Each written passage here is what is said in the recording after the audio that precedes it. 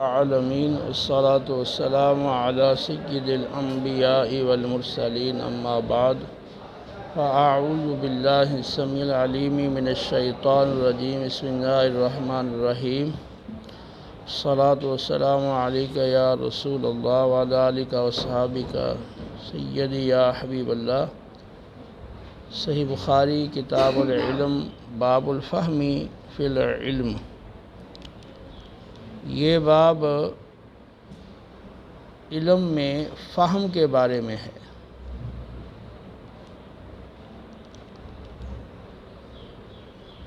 حضرت مجاہد رضی اللہ تعالیٰ عنہ سے مروی ہے، میں ابن عمر رضی اللہ تعالیٰ عنہ کی صحبت میں رہا، مدینے تک سفر کیا ہوگا، مکے سے مدینے کی طرف۔ تو مدینے تک میں نے ابن عمر رضی اللہ تعالیٰ عنہ کی صحبت پائی، اور میں نے آپ سے رسول اللہ صلی اللہ علیہ وسلم سے روایت کردہ صرف ایک ہی حدیث اس سفر میں سنی ہے۔ ابن عمر رضی اللہ تعالیٰ عنہ نے فرمایا کہ ہم نبی کریم صلی اللہ علیہ وسلم کی بارگاہ میں حاضر تھے، تو کھجور کے درخت کا گوند آپ کی بارگاہ میں پیش کیا گیا، تو آپ نے فرمایا کہ درختوں میں ایک ایسا درخت ہے جس کی مثال مسلمان کی مثال کی طرح ہے۔ تو میں نے ارادہ کیا کہ میں کہہ دوں کہ وہ کھجور کا درخت ہے۔ میں سب میں چھوٹا تھا، میں خاموش رہا۔ نبی کریم علیہ السلام نے خود ہی بتا دیا وہ کھجور کا درخت ہے۔ یہ حدیث مبارکہ پیچھے گزر گئی ہے، اور یہاں عنوان قائم کیا ہے کہ علم میں فہم اور ذہن۔ تو جو سوال کیا جاتا ہے اس سے جو طلباء ہیں وہ اپنے ذہن میں غور و فکر کرتے ہیں، سوچتے ہیں، اس سے ذہن میں فہم اور تیزی آتی ہے۔ تو جو سوالات کے جوابات دینے کے مراحل سے گزرے ہوئے ہوں تو ان کا ذہن اور فہم تیز ہوتا ہے بمقابلے دوسروں کے۔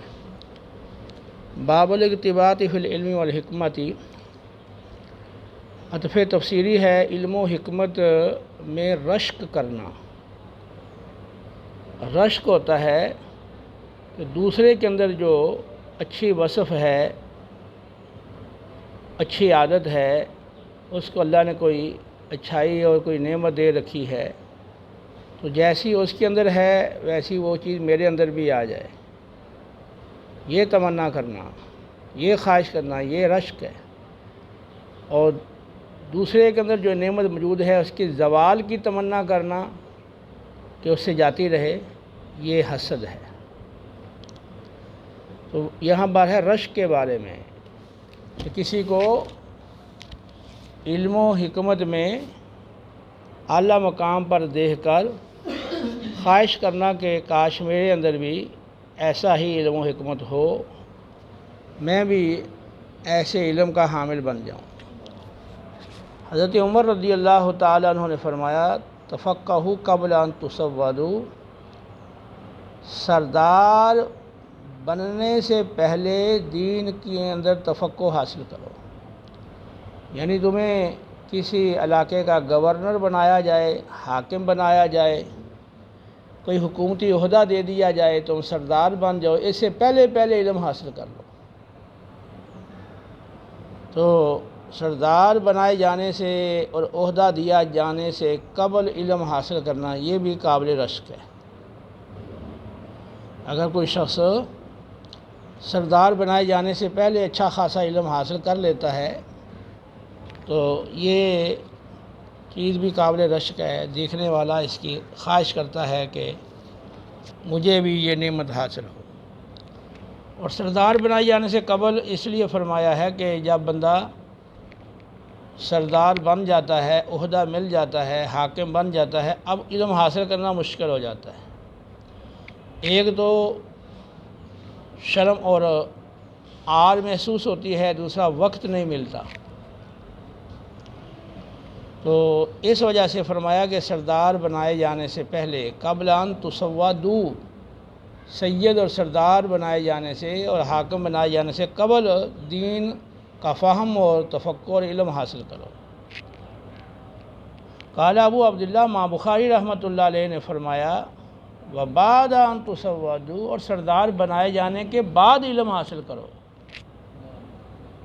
پہلے بھی کرو لیکن فرما رہے ہیں کہ بعد میں بھی علم حاصل کرو۔ اب یہ نہیں کہ تم سردار بن گئے اور حاکم بن گئے اور تمہیں حکومتی عہدہ مل گیا، اب تم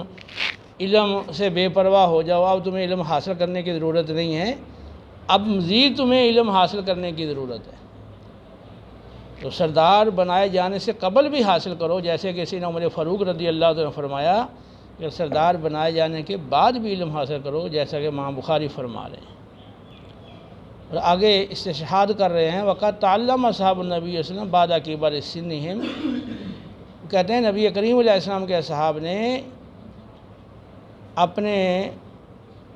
بڑا ہو جانے کے بعد اور بڑھاپے میں بھی علم حاصل کیا ہے، بڑی عمر کے بعد بھی علم حاصل کیا ہے۔ جیسے جیسے اسلام لاتے گئے ہیں تو وہ کم عمر تھے یا زیادہ عمر والے تھے یا بوڑھے تھے، تو جس زندگی کی سٹیج پر وہ زندگی کی جس حالت پر ایمان لائے ہیں تو اسی وقت انہوں نے علم حاصل کرنا شروع کر دیا۔ نماز اور دیگر احکام باقاعدہ انہوں نے سیکھے ہیں، یاد کیے ہیں اور قرآن سیکھا ہے۔ تو جب صحابہ کرام علیہم رضوان وہ اپنی سینے کبر کے اندر انہوں نے علم حاصل کیا ہے تو ہمارے لیے وہ نمونہ کی حیثیت رکھتے ہیں۔ اب یہاں کوئی سردار بن گیا ہے تو اب وہ بھی صحابہ کی پیروی کرے اور زیادہ عمر میں بھی وہ علم سیکھے۔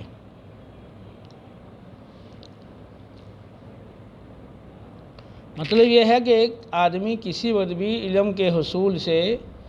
بے پرواہ نہیں ہو سکتا۔ اگلی روایت میں ہے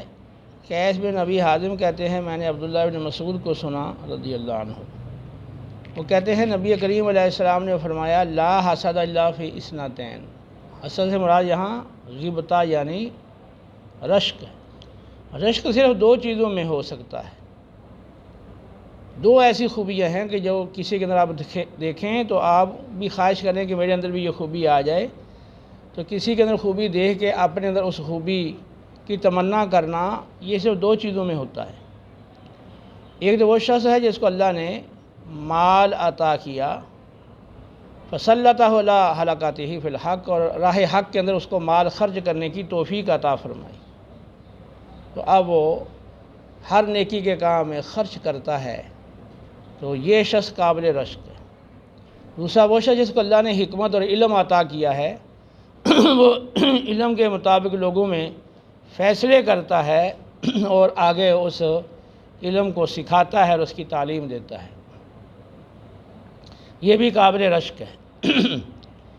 ایک ہے صاحب مال اور ایک ہے صاحب علم۔ تو وہ صاحب مال جس کو اللہ نے نیکی کے کاموں میں خرچ کرنے کی توفیق دے رکھی ہو اور وہ دائیں بائیں آگے پیچھے ہر طرف نیک کاموں میں خرچ کرتا رہتا ہو، تو وہ شخص بھی قابل رشک ہے۔ اور جو صاحب علم ہے، اللہ تعالیٰ کے عطا کردہ علم کے ذریعے سے لوگوں کے مابین عدل و انصاف پر مبنی فیصلے کرتا ہے اور آگے دوسروں کو اس علم کی تعلیم دیتا ہے، یہ بھی قابل رشک ہے۔ تو جس معاشرے میں یہ دو طرح کے لوگ ہوں کہ علم جاننے والے اور علم آگے پھیلانے والے اور علم کے مطابق فیصلے اور عمل کرنے والے، اور دوسرے اصحاب مال جو راہ خدا میں مال خرچ کرنے والے ہوں، تو وہ معاشرہ ان لوگوں کے وجود کی وجہ سے ایک اچھا اور خوبصورت معاشرہ اور بہترین معاشرہ وہ ہوگا۔ دونوں افراد کی معاشرے کو ضرورت ہوتی ہے کہ اصحاب مال ہوں جو اللہ کی خالص اللہ کی رضا کی خاطر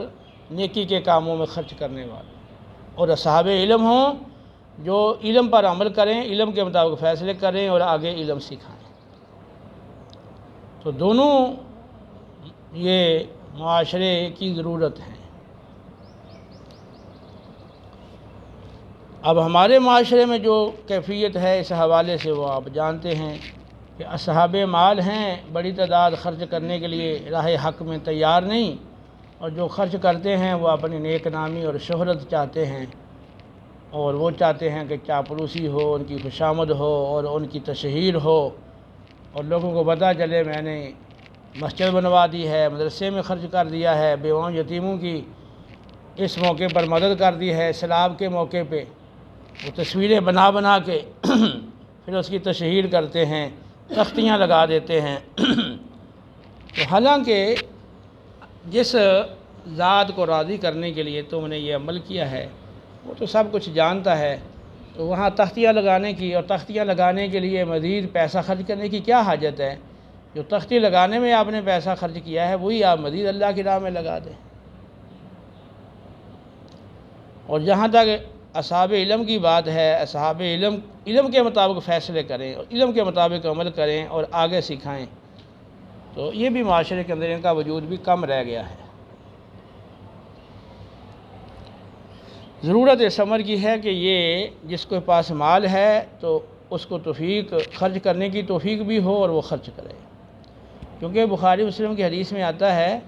نبی کریم علیہ السلام کی بارگاہ میں جب حضرت ابو ذر رضی اللہ تعالیٰ عنہ حاضر ہوئے تو آپ نے فرمایا کہ ہلاک ہو گئے، خسارے والے ہو گئے،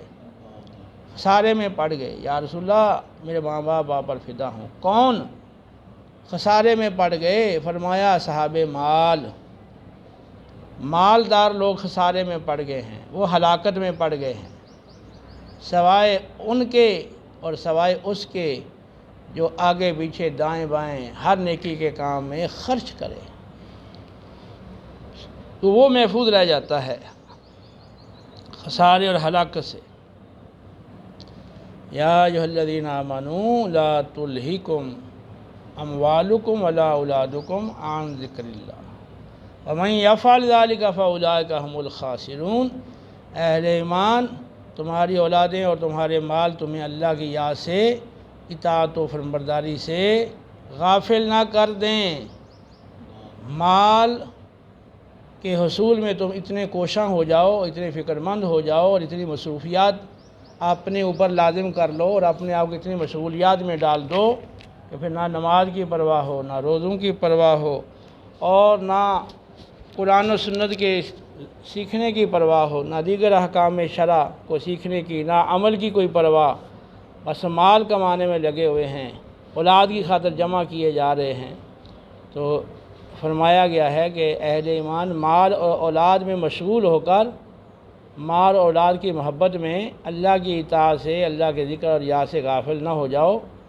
کیونکہ ایسے لوگ جو ہیں وہ خسارہ پانے والے ہیں۔ آگے باب ہے باب ما ذکر فی ذہاب موسیٰ فی البحر الی الخضر۔ موسیٰ علیہ السلام کے سمندر کے راستے خضر علیہ السلام کے پاس جانے کے بارے میں جو قرآن میں مذکور ہے، اور جو اللہ تعالیٰ تبارک و تعالیٰ کا قول ہے، جو اللہ تعالیٰ نے موسیٰ علیہ السلام کے قول کو یہاں ذکر کیا کہ موسیٰ علیہ السلام نے کہا حضرت خضر علیہ السلام کو بوقت ملاقات، هل اتبعک علی ان تعلمنی، کیا میں اس شرط پر آپ کے ساتھ رہ سکتا ہوں کہ آپ مجھے علم سکھائیں گے جو اللہ نے آپ کو عطا کیا ہے؟ تو اس میں آگے روایت آ رہی ہے، ابن عباس رضی اللہ تعالیٰ عنہ سے مروی ہے کہ حضرت ابن عباس اور حور بن قیس بن حصن فزاری، ان دونوں حضرات کا موسیٰ علیہ السلام کے صاحب کے بارے میں آپس میں جھگڑا ہوا۔ موسیٰ علیہ السلام کے صاحب وہ کون تھے؟ ابن عباس نے فرمایا کہ وہ موسیٰ علیہ السلام کے جو صاحب اور ساتھی ہیں جن کا قرآن میں ذکر آیا ہے وہ خضر تھے۔ خادر، خا داد کے نیچے کسرہ ہے۔ ابی ابن کعب دونوں کے پاس سے گزرنے لگے رضی اللہ عنہ، تو ابن عباس نے ابی ابن کعب کو بلایا اور فرمایا کہ میرا اور اس میرے ساتھی حر بن قیس کا جھگڑا ہوا ہے اس موسیٰ علیہ السلام کے صاحب کے بارے میں جنہوں نے یہ اللہ تعالیٰ سے سوال کیا تھا کہ اس بندے کو ملنے کی کیا صورت ہے اور کیا راستہ ہے جن کے بارے میں اے اللہ تو نے فرمایا ہے کہ اس کو زیادہ علم حاصل ہے۔ کیا نبی کریم علیہ السلام کو کچھ اس بارے میں فرماتے ہوئے آپ نے سنا ہے؟ اور ابی ابن کعب نے کہا کہ ہاں، میں نبی کریم علیہ السلام کو میں نے اس حوالے سے فرماتے سنا ہے کہ موسیٰ علیہ السلام بنی اسرائیل کے اندر، بنی اسرائیل کے ایک مجلس میں خطبہ دے رہے تھے، اچانک ایک شخص آیا، اس نے کہا کہ اے موسیٰ، کیا آپ کسی کو جانتے ہیں جو تجھ سے بھی زیادہ علم والا ہو؟ موسیٰ علیہ السلام نے کہا لا، نہیں، میں تو نہیں جانتا مجھ سے زیادہ بھی کوئی علم والا ہو۔ تو اللہ تعالیٰ نے موسیٰ علیہ السلام پر وحی فرمایا کیوں نہیں، بلکہ ہمارا جو بندہ خضر ہے وہ زیادہ علم والا ہے۔ تو موسیٰ علیہ السلام نے عرض کیا یا اللہ، اس کو ملنے کا پھر کیا راستہ اور کیا صورت ہے؟ جو اس کے بعد زیادہ علم ہے تو پھر تو اسے ملاقات کرنی چاہیے، علم سیکھنا چاہیے۔ اللہ تعالیٰ نے مچھلی کو اس کی نشانی بنا دیا۔ خضر علیہ السلام کی جہاں ملاقات ہونی ہے اس کے لیے ایک مچھلی کو نشانی بنایا، اور فرمایا گیا کہ جب آپ اے موسیٰ مچھلی کو گم پائیں گے تو پھر اس جگہ کی طرف آپ لوٹ جائیں تو آپ جلد ہی ان سے ملاقات کر لیں گے، خضر علیہ السلام سے۔ تو موسیٰ علیہ السلام سمندر کے کنارے مچھلی کے نشان کی پیروی کرنے لگے، کیونکہ آگے نکل گئے تھے نا، تو واپس لوٹے انہی قدموں پر نشانات دیکھتے ہوئے۔ موسیٰ علیہ السلام نے اپنے خادم یوشع بن نون جو تھا ان کو کہا ارائیتا، فقال لی موسیٰ، یعنی آپ کا جو خادم تھا یوشع بن نون، اس نے موسیٰ علیہ السلام سے عرض کیا ارائیتا، آپ کا کیا اس بارے میں خیال ہے، آپ بتائیں کہ جب ہم چٹان کے پاس آرام کر رہے تھے تو میں مچھلی کے بارے میں آپ سے ذکر کرنا بھول گیا اور شیطان نے مجھے اس کا ذکر بلا دیا تھا، تو مچھلی تو پانی میں اپنا راستہ بناتی ہوئی اور سرنگ بناتی ہوئی وہ پانی میں چلی گئی تھی، تو آپ کا اس بارے میں اب کیا ہے؟ فرمایا کہ وہی تو مقام تھا جس کی تلاش میں ہم نکلے ہوئے ہیں۔ بس دونوں واپس پلٹے اپنے قدموں پر، قدموں کے نشانات دیکھتے ہوئے۔ تو جب واپس آئے اس جگہ پر جہاں مچھلی زندہ ہو کر پانی میں داخل ہو گئی تھی، وہاں انہوں نے خضر علیہ السلام کو موجود پایا، تو بس وہ جو دونوں ہیں ان کے قصے کو اللہ نے اپنی کتاب میں بیان فرمایا ہے، ایک موسیٰ علیہ السلام اور ایک خضر علیہ السلام۔ تو ابی ابن کعب نے تائید کر دی کہ ابن عباس جو کہہ رہے ہیں وہ بات درست ہے کہ جن موسیٰ علیہ السلام کا ذکر کیا گیا قرآن میں، ان کے صاحب جن کو اللہ نے زیادہ علم دیا ہے تو وہ خضر علیہ السلام ہے۔ تو معلوم ہوا کہ اللہ کے عظیم اور جلیل القدر اور اولو العزم رسولوں میں سے جو ایک رسول ہیں موسیٰ علیہ السلام، جب ان کو معلوم ہوا کہ ایک ایسا شخص بھی اس سرزمین پر موجود ہے جو زیادہ علم رکھتا ہے اور ایسا علم رکھتا ہے جو مجھے نہیں دیا گیا، تو فوراً خواہش اور تمنا ہوئی کہ اس کے ملاقات کر کے وہ علم حاصل کیا جائے۔ اللہ نے ملاقات کا راستہ، طریقہ بتا دیا، اس طریقے پر عمل کرتے ہوئے وہ اس مقام پر پہنچ گئے، ان سے ملاقات کی اور پھر علم حاصل کرنے کے لیے ان کے ساتھ رہنے کی انہیں درخواست کی اور ان کے ساتھ کچھ مدت رہے، اور پھر آپ جانتے ہیں قرآن پاک میں اس کی تفسیر موجود ہے۔ آگے مزید یہ حدیث طوالت کے ساتھ تو پوری تفصیل سے آئے گی، وہاں اس پر ہم گفتگو کر لیں گے۔ تو یہاں بس اتنا بتانا مقصود ہے کہ علم ایک ایسی عظیم دولت ہے اور ایک ایسی عظیم خوبی اور اعلیٰ چیز ہے کہ جس کے لیے اللہ کے پاک عظیم پیغمبر وہ انہوں نے خواہش ظاہر کی کہ جو زیادہ علم والا شخص ہے یا جس کے پاس وہ علم ہے جو مجھے نہیں دیا گیا، تو اس شخص سے ملاقات کرنی چاہیے اور اس کے پاس جا کر یہ علم اسے سیکھنا چاہیے۔ تو آپ نے اپنے تائیں پوری کوشش کی، تو معلوم ہوا کہ علم کے لیے سفر کرنا یہ موسیٰ علیہ السلام پاک پیغمبر ہیں، ان کی سنت ہے۔ تو علم کے لیے جب ایک نبی سفر کر رہے ہیں باقاعدہ ایک پوری تیاری کے ساتھ، تو اوروں کو بھی چاہیے کہ وہ علم دین کے حصول کے لیے سفر اختیار کریں، اور جب پتہ چلے عالم بن جانے کے بعد بھی کہ میرے آس پاس کوئی اور علم والا ہے جو مجھ سے زیادہ علم رکھتا ہے، تو اس کے پاس اس کو حاضری دینی چاہیے اور سیکھنے کی کوشش کرنی چاہیے۔ یہ نہ ہو کہ تکبر سر میں وہ بھر جائے اور وہ کہے کہ مجھے جیسا کوئی عالم ہے ہی نہیں۔ بے شک آس پاس زیادہ علم والے بھی ہوں، لیکن وہ ان کی شان وہ ان کی خدمت میں حاضری دینا اور سیکھنا، اس کو وہ اپنے لیے باعث عار سمجھے کہ اس کا مرتبہ گر جائے گا، اور لوگ کہیں گے بھی یہ زیادہ علم والا تو یہ ہے پھر۔ تو اس وجہ سے وہ علم سیکھنے سے محروم رہنا، اور وہ علم جو درجات کی بلندی کا ذریعہ ہے، تو وہ علم نہ سیکھ کر ان درجات کی بلندی سے محروم رہنا یہ نہیں ہونا چاہیے۔ یہ علماء کے شایان شان نہیں ہے۔ باب قول نبی صلی اللہ علیہ وسلم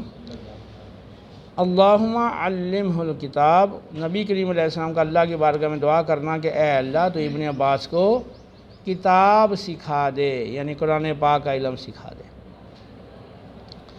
ابن عباس رضی اللہ تعالیٰ عنہ سے مروی ہے، کہتے ہیں کہ ضمانی رسول اللہ صلی اللہ علیہ وسلم، رسول اللہ صلی اللہ علیہ وسلم نے ضمانی مجھے اپنے سینے سے لگایا،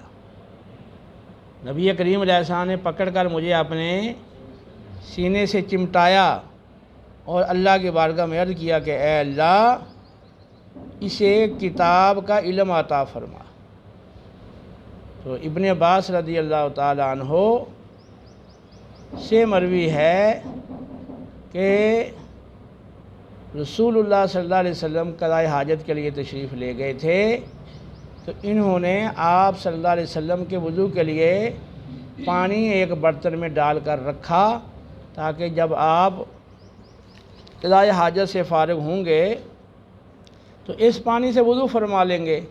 تو نبی کریم علیہ السلام جب قضاء حاجت سے فارغ ہو کر تشریف لائے تو آپ نے وہ دیکھا کہ وضو کے لیے پانی رکھا گیا ہے، تو فرمایا کہ من وضع ھذا، یہ پانی کس نے رکھا ہے؟ عرض کیا گیا کہ ابن عباس نے آپ کے وضو کے لیے رکھا ہے، ان کی عمر ابھی چھوٹی تھی۔ نبی کریم علیہ السلام نے ان کو اپنے سینے سے لگایا اور اللہ کی بارگاہ میں دعا مانگی کہ اے اللہ ان کو کتاب کا علم سکھا دے۔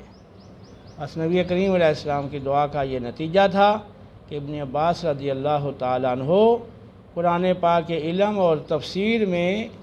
صحابہ کے اندر ایک خاص مقام اور نمایاں مقام رکھتے ہیں، اور حضرت عمر فاروق رضی اللہ تعالیٰ عنہ اپنے زمانہ خلافت کے اندر اہم مشوروں کے اندر حضرت ابن عباس کو اپنے ساتھ بٹھایا کرتے تھے، اور جب ان پر اعتراض ہوا کہ بڑے بڑے شیوخ صحابہ بھی موجود ہیں، آپ اس چھوٹے عمر والے بچے کو اپنے پاس مشوروں کے اندر ترجیح دیتے ہیں، تو اس کی کیا وجہ ہے؟ تو آپ نے ان کو بتایا کہ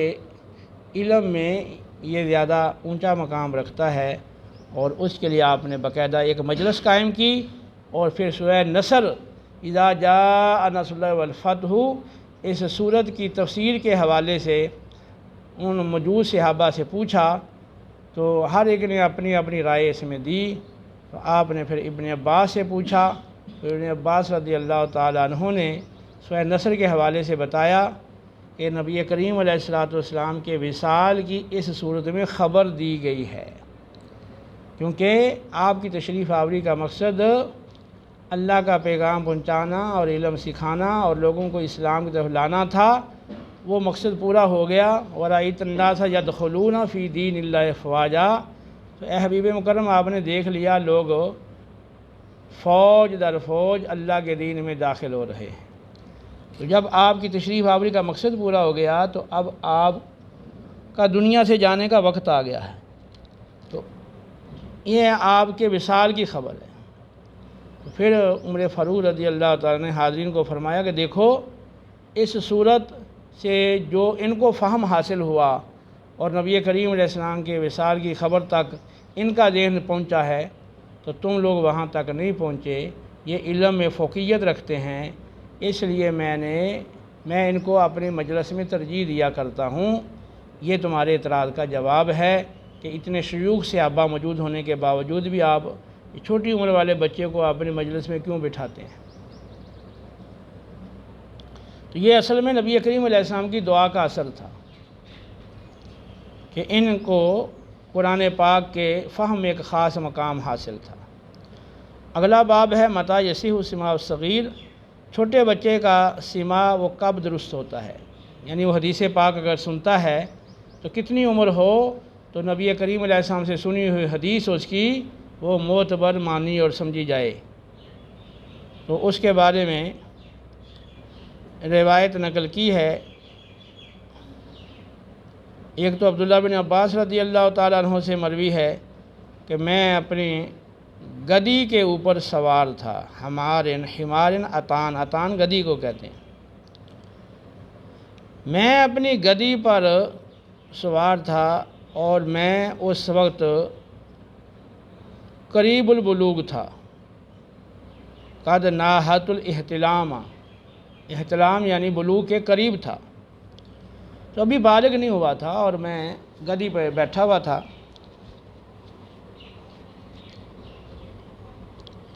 اور میں چل رہا تھا گدی کے اوپر بیٹھ کر۔ رسول اللہ صلی اللہ علیہ وسلم یصلی بمنا، مینا کے اندر نماز ادا فرما رہے تھے، الا غیر جدار، دیوار کے علاوہ کسی اور چیز کا سترہ بنا کر۔ ایک معنی تو یہ بنتا ہے کہ بغیر دیوار کے اور بغیر سترے کے آپ نماز پڑھ رہے تھے، لیکن علماء عینی نے جو اس کا مطلب کیا وہ کہتے ہیں کہ غیر جدار، تو غیرہ جو ہے وہ وصف بنتا ہے، صفت بنتا ہے، موصوف محذوف ماننا پڑے گا۔ مطلب یہ ہے کہ دیوار کے علاوہ کوئی اور چیز تھی جو بطور سترہ آگے رکھی گئی تھی، جیسے آپ کا معمول تھا عام طور پہ کہ ایک چھوٹا نیزہ ہوتا تھا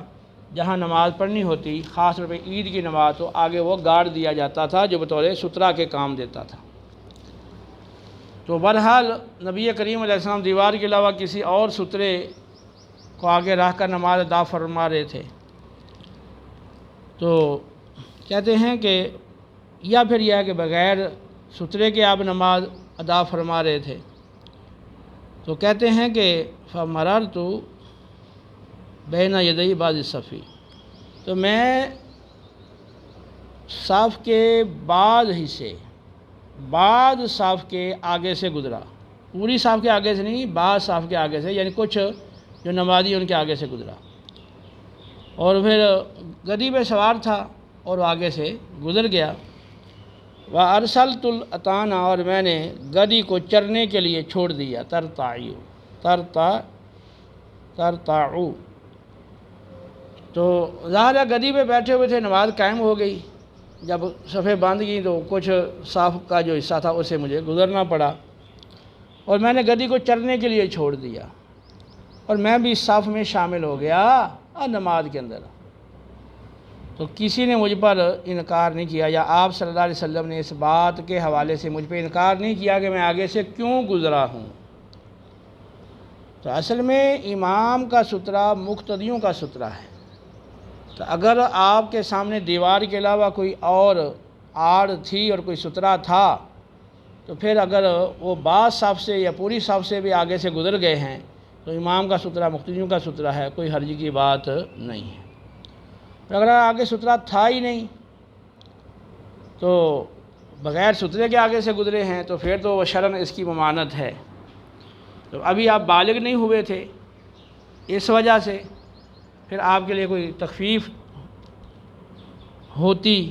لیکن پھر بھی یہ تھا کہ رسول اللہ صلی اللہ علیہ وسلم انہیں تعلیم دیتے اور انکار فرماتے بھی آگے سے نہیں گزرنا تھا، لیکن یہاں تو ہے کہ آپ نے انکار نہیں کیا۔ تو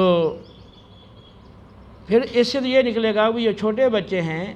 کم عمر بچے ہیں، اگر آگے سے گزر جائیں تو کوئی حرج کی بات نہیں ہے۔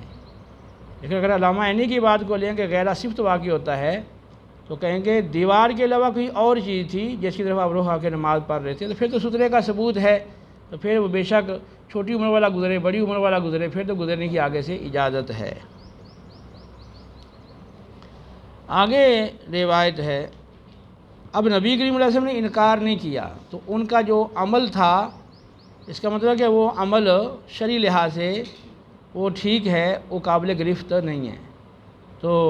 آپ نے انکار نہیں کیا۔ تو یہ اس وقت کی روایت بیان کر رہے ہیں ابن عباس جو ابھی بالغ نہیں ہوئے تھے، تو پتہ چلا کہ نابالغ کی روایت وہ مقبول ہے بشرطے کہ وہ فہم رکھتا ہو۔ اگلی روایت مزید آ رہی ہے اسی حوالے سے، چنانچہ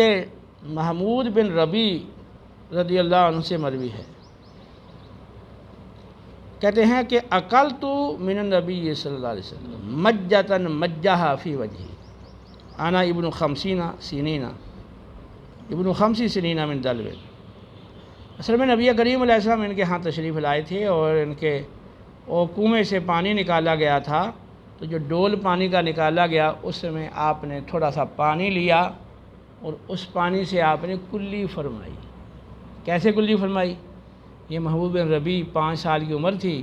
لہٰذا 5 سال کی عمر بچہ ہی ہوتا ہے نا، تو آپ نے خوش طبی فرمائی اس بچے کے ساتھ کہ آپ نے منہ میں پانی لے کے کلی اس کے منہ کے اوپر ایسے پانی کا فوارہ مارا۔ تو وہ محبوب بن ربی کہتے ہیں کہ مجھے نبی کریم صلی اللہ علیہ وسلم سے میرے وہ کلی یاد ہے جو آپ نے میرے منہ پہ فرمائی تھی پانی کے ڈول سے پانی لے کر، جبکہ میری عمر 5 سال تھی۔ تو 5 سال کی عمر تھی، کنویں سے پانی نکالا گیا تھا، اس ڈول سے آپ نے پانی لے کر کلی فرمائی تھی، محبوب بن ربی کے منہ کے اوپر ایسے پانی کا فوارہ مارا جیسے بچوں سے خوش طبی کی جاتی ہے۔ تو وہ کہتے ہیں مجھے وہ بات یاد ہے، 5 سال کی عمر تھی، تو اس کا مطلب ہوا 5 سال کا بچہ اگر فہم رکھتا ہے تو اس کی روایت بھی درست ہے، جیسا کہ ان کی اس روایت کو امام بخاری نے نقل کیا ہے، تو ان کی روایت معتبر ہے تو نقل کر رہے ہیں نا بخاری میں۔ تو جو عمر ہے اس کے لیے کوئی خاص متعین نہیں ہے کہ اتنی عمر والا بچہ روایت کر سکتا ہے، مطلب یہ ہے کہ بچہ اگر نابالغ ہے لیکن اتنا فہم رکھتا ہے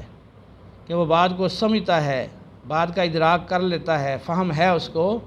تو اس کی روایت درست ہے، وہ 4 سال کا 5 سال کا جتنا بھی سال کا ہو۔ اصل مقصد کیا ہے کہ اس کو اتنا فہم ہو کہ وہ بات کو سمجھ سکتا ہو، تو اس کی روایت اس زمانے کی جو بچپن کی ہے، کم عمری کی ہے، وہ بعد میں اگر وہ روایت کرتے ہیں بڑے ہو کر تو وہ روایت ان کی مقبول ہے۔ باب الخروج فی طلب العلم، اور علم کی طلب میں نکلنا، یہ اس بارے میں باب ہے۔ جابر بن عبداللہ نے 1 مہینے کی مسافت کا سفر کیا عبداللہ بن انیس تک پہنچنے کے لیے ایک حدیث کی خاطر۔ امام بخاری علیہ رحمہ نے اشارہ کر دیا ہے، حدیث مکمل مسند احمد کے اندر صحیح سند کے ساتھ موجود ہے۔ حدیث اس طرح ہے کہ جابر بن عبداللہ رضی اللہ تعالیٰ عنہ سے مروی ہے، کہتے ہیں مجھے معلوم ہوا کہ حضرت عبداللہ بن انیس رضی اللہ تعالیٰ عنہ جو مصر میں مقیم تھے، تو کہتے ہیں ان کے بارے میں پتہ چلا کہ ان کو قصاص والی حدیث، یعنی قیامت والے دن اللہ تعالیٰ بندوں کا آپس میں ایک دوسرے کو بدلہ اور دلوائے گا، قصاص دلوائے گا، تو مجھے پتہ چلا کہ قصاص والی حدیث کا عبداللہ بن انیس کو علم ہے، انہوں نے براہ راست نبی کریم علیہ السلام سے وہ روایت سنی ہے۔ تو میں نے اس حدیث کے حصول کی خاطر ایک اونٹ خریدا، اور حدیث سیکھنے کے لیے کیا کیا؟ اونٹ خریدا۔ پھر کجاوا وہ لیا اور اس کجاوے کو اونٹ پہ رکھا اور 1 مہینے کا سفر کیا۔ عبداللہ بن انیس رضی اللہ تعالیٰ عنہ کے پاس مصر پہنچے، ان کے دروازے پر جا کر دربان کو کہا کہ جا کے عبداللہ بن انیس کو بتاؤ کہ جابر آیا ہے دروازے پر۔ وہ گیا اور جا کر بتایا تو ان کی طرف سے پیغام آیا کہ کون سا جابر، کیا جابر بن عبداللہ آیا ہے؟ انہوں نے بتایا کہ ہاں جابر بن عبداللہ آیا ہے مدینہ منورہ سے۔ وہ فوراً باہر تشریف لائے اور دونوں حضرات نے آپس میں سلام دعا اور معانقہ کیا۔ تو حضرت جابر بن عبداللہ نے عبداللہ بن انیس رضی اللہ تعالیٰ عنہ سے کہا کہ مجھے پتہ چلا ہے کہ آپ قصاص والی حدیث نبی کریم علیہ الصلوۃ والتسلیم سے روایت کرتے ہیں، بیان کرتے ہیں۔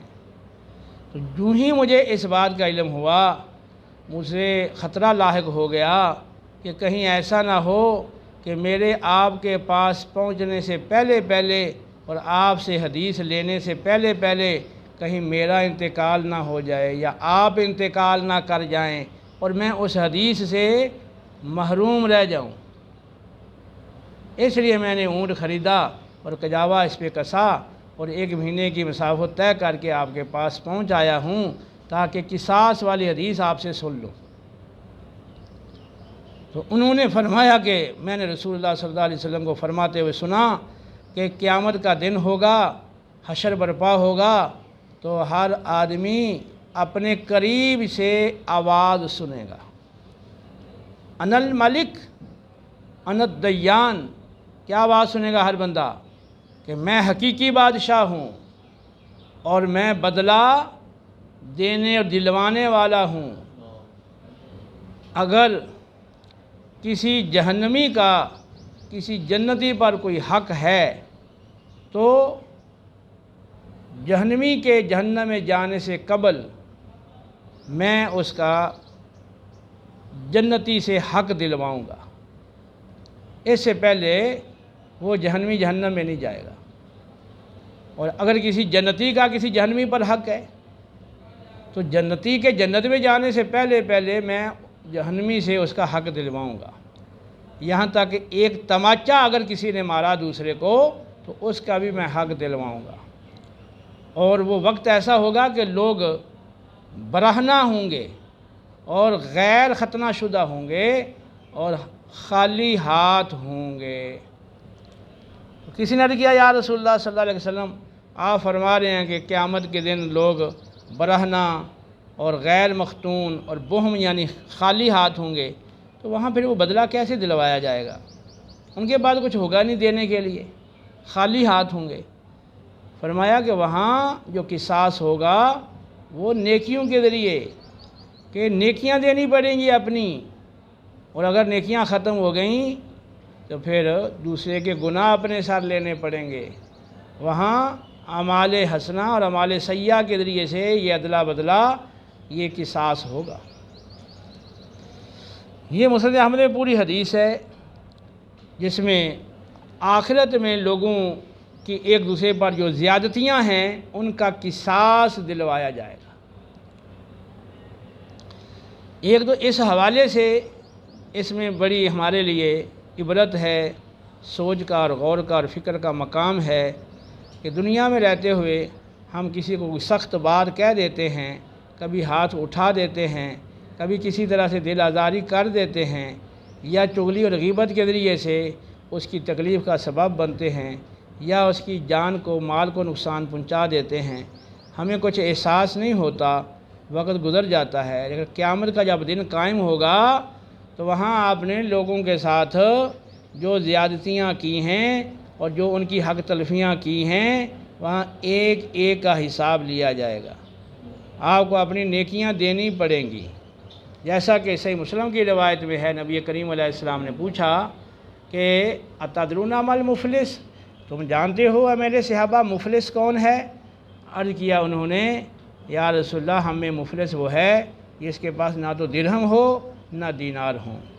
فرمایا ایسا نہیں ہے، میری امت میں یقیناً مفلس وہ ہے جو بروز قیامت نماز، روزے اور صدقات و خیرات لے کر آئے گا، یہ بڑے بڑے نیک عمل لے کر آئے گا، اس حالت میں کہ اس نے کسی کو مارا پیٹا ہوگا، کسی کو گالی دی ہوگی، کسی کا ناحق خون بہایا ہوگا اور کسی کا مال کھایا ہوگا۔ تو اب گالی دینے، مارنے پیٹنے، خون بہانے، مال کھانے اور برا بھلا کہنے اور گالی دینے، ان امور کی وجہ سے اب اس کی پکڑ ہوگی۔ تو وہ اپنی نیکیاں جو ہے وہ دے گا، اس کی نیکیوں سے جتنی اس نے حق تلفی کی ہوگی اتنے کے برابر نیکیاں لے کر اس کو صاحب حق کو دے دی جائیں گی، اور جب نیکیاں ختم ہو گئیں اور حقدار باقی ہوئے تو پھر حقدار جو ہیں ان کے گناہ اس کے نامہ اعمال میں ڈال دیے جائیں گے، اور بالآخر وہ جو بڑی بڑی نیکیاں نماز، روزے، صدقات و خیرات لے کر آئے گا قیامت والے دن، اس کو نیکیاں اہل حق کو دینے کی وجہ سے اور ان کے گناہ اپنے سر لینے کی وجہ سے اندھے منہ جہنم میں گسیر کر ڈال دیا جائے گا۔ یہ شخص ہے میری امت میں مفلس۔ بخاری کی روایت میں ہے کہ جس پر کسی کے بھائی کا حق ہو، خاص کا تعلق عزت کے ساتھ ہو، مال کے ساتھ ہو، تو اس کو چاہیے کہ وہ اس دن کے آنے سے پہلے حق کو ادا کرے یا معافی مانگ لے، جس دن آدمی کے پاس نہ درہم ہوگا نہ دینار ہوگا، اور وہاں حق کی ادائیگی نیکیوں کے ذریعے سے کرنی پڑے گی۔ ٹھیک ہے، تو یہ اس حوالے سے حدیث یہ ہمارے لیے انتہائی فکر کا باعث ہے، ہم اس حوالے سے اپنا جائزہ لیں، اور جن کے ساتھ زیادتیاں کی ہیں اور ان سے یا تو ان کی حق کی ادائیگی کریں یا معافی تلافی کروا لیں اور اس کو راضی کر لیں۔ اور دوسری بات یہ ہے کہ جابر بن عبداللہ رضی اللہ عنہ، یہ عظیم صحابی، انہوں نے ایک حدیث لینے کی خاطر باقاعدہ اونٹ خریدا، پھر کجاوا اس پہ رکھ کے 1 مہینے کا سفر کیا، اور پھر مصر میں پہنچ کر عبداللہ بن انیس رضی اللہ تعالیٰ عنہ سے وہ حدیث حاصل کی۔ تو یہ ہے علم کے لیے سفر کرنا۔ علم کے حصول کے لیے جو سفر کے اخراجات ہیں ان کا اہتمام کرنا، اور سفر کے اخراجات بھی برداشت کرنا، سفر کی صعوبتیں مشقتیں بھی اٹھانا، اور منزل پر پہنچ کر علم کو حاصل کرنا۔ یہ حدیث اس حوالے سے قابل غور بھی ہے کہ جب صحابی رسول صلی اللہ علیہ وسلم، جن کو خود ہی بہت ساری احادیث معلوم تھیں، خود حدیثوں کے راوی ہیں، ان کے نزدیک حدیث کے علم کی اس قدر شان ہے، عظمت ہے، اور یہ علم اتنا اعلیٰ ہے کہ اس کے مقابلے میں اونٹ خریدنا اور کجاوا لینا اور اس پہ کس کے 1 مہینے کا سفر کرنا، یہ ایک حدیث کے مقابلے میں اس کی کوئی حیثیت نہیں ہے۔ یہ سارا کچھ ایک حدیث کے لیے برداشت کیا جا سکتا ہے۔ جی، تو آپ غور کر لیں حضرت صاحب کہ آپ کو حدیثیں سنائی جا رہی ہیں اور آپ سو رہے ہیں، نیند آ رہی ہے مزے کی۔ صحابی کے نزدیک حدیث کی اتنی اہمیت ہے کہ وہ اونٹ خریدتے ہیں اور سفر کرتے ہیں مہینے کا ایک حدیث کی خاطر، اور آپ کو ایک مجلس میں کئی حدیثیں سنائی جائیں تو آپ سو جائیں، توجہ نہ ہو۔ تو یہ غور کا مقام ہے کہ ان کے نزدیک حدیث کی اہمیت کتنی تھی اور آپ لوگوں کے نزدیک حدیث کی اہمیت کتنی ہے۔ اور وہ لوگ جو دیگر علوم و فنون میں بہت زیادہ ایکٹیو نظر آتے ہیں اور بڑا شوق ہے، ذوق ہے، دلچسپی ہے، اور عمر فنا کر دیتے ہیں، اس علمی نکات کے حصول میں لگے رہتے ہیں، تو اگر حدیث اور قرآن سے بے خبر رہتے ہیں، بے پرواہ رہتے ہیں، رسمی طور پہ تھوڑا بہت سیکھ لیا بس کافی ہو گیا، باقی دیگر علوم و فنون میں لگے رہیں، ہاں ان کا تعلق ان علوم و فنون کا وہ دنیا کے ساتھ ہو یا ان کا تعلق دین سے سمجھا جاتا ہو لوگوں کی نظر میں، تو ضروری ہے کہ ان سب چیزوں کے مقابلے میں قرآن و سنت کو ترجیح دی جائے۔ تو وہ حضرات جو صرف میں اور نحو میں اور منطق اور فلسفہ اور دیگر اصول کی کتب میں پوری عمریں لگا دیتے ہیں اور بڑا شوق اور ذوق اور بڑا باریکی کے ساتھ مطالعہ اور اگلی جو کتب ہیں، مشکل ادا کتب، ان کی طرف زیادہ توجہ، اگر قرآن و سنت سے بے خبر رہیں، ادھر سے غافل رہیں، یہ ان کے لیے بھی لمحہ فکریہ ہے۔ اور جو کالج و یونیورسٹی کی تعلیم کے لیے عمریں فنا کر دیں اور اچھا خاصا سرمایہ لگا دیں لیکن قرآن سے بے پرواہ رہیں، حدیث سے بے پرواہ رہیں، ان کے بھی لمحہ فکریہ ہے۔ اور جن کو حدیث سیکھنے کا موقع ملا لیکن وہ چھٹیاں کریں اور ناغے کریں اور یا پیریڈ مس کریں یا پیریڈ میں بیٹھ کے توجہ سے نہ سنیں اور بے فکری کا اور لاپرواہی کا مظاہرہ کریں، ان کے لیے بھی لمحہ فکریہ ہے کہ ایک صحابی رسول ایک حدیث سیکھنے کے لیے اونٹ خریدتے ہیں، پھر کجاوا لے کر اس پہ کستے ہیں اور پھر 1 مہینے کا سفر کرتے ہیں۔ 1 مہینے کا سفر جانے کے لیے کیا تو پھر آنے کے لیے بھی تو کیا ہوگا نا۔ یہ تھی ان کے نزدیک حدیث کی اہمیت۔ اور آپ تو عاشق رسول ہیں، آپ تو غلامی رسول میں موت بھی قبول ہے نا، لیکن حدیث سیکھنے کے لیے یہ تھوڑی سی مشقت وہ برداشت نہیں ہے۔ یہ کیسا عشق رسول ہے کہ نبی کی تعلیم سے عشق نہ ہو، نبی کی تعلیمات سے عشق نہ ہو، اور نبی جو ہدایت لے کر آئے، جو کتاب لے کر آئے اور جو انہوں نے حدیثیں ہمارے لیے ارشاد فرمائیں اور تعلیم دی، اور جو انہوں نے علم ہمارے لیے چھوڑا، میراث چھوڑی، اب اس کی رغبت نہ ہو اور ان کے حکم کی کوئی پاسداری نہ ہو اور ان کی اطاعت و فرمانبرداری اور اتباع کے حوالے سے کوئی لحاظ نہ ہو، اپنی خواہشات سامنے ہوں اور اپنی خواہشات کی خاطر جئیں، اپنی خواہشات کے لیے مریں اور اپنی خواہشات کے لیے سارا دن محنت مشقتیں اٹھائیں اور غور و فکر کریں اور فکر مند رہیں، اور نبی کی جو تعلیم اور نبی کا جو مشن تھا ادھر سے غافل رہیں اور پھر کہیں گے ہم تو عاشق رسول ہیں۔ یہ سوچنے کا مقام ہے کہ یہ جو بات آپ زبان سے کہہ رہے ہیں کیا آپ کے دل کے اندر بھی موجود ہے، کیا آپ کا اس پہ عمل بھی ہے؟ اللہ ہمیں سچی ہدایت عطا فرمائے اور حصول علم کا جذبہ کہ موسیٰ علیہ السلام اس کے لیے سفر فرما رہے ہیں اور یہ صحابی 1 مہینے کی مسافت طے کر رہے ہیں اور آگے مزید آئے گا۔ بڑے بڑے محدثین نے حدیث کو سیکھنے کے لیے بڑے بڑے سفر کیے ہیں اور سفروں کی صعوبتیں اور مشقتیں برداشت کی ہیں اور عمر کا اچھا خاصا حصہ اس میں انہوں نے لگایا ہے، اور پھر پوری زندگی حدیث کی خدمت کو انہوں نے مشغلہ بنا لیا اور اس میں دلچسپی کے ساتھ، پورے غور و فکر توجہ کے ساتھ اور پوری صلاحیتوں کے ساتھ انہوں نے اس حدیث پاک کو سیکھ کر آگے پہنچانے کی خدمت سر انجام دی ہے۔ ایسے لوگ قابل رشک ہیں۔ ما علینا الا البلاغ۔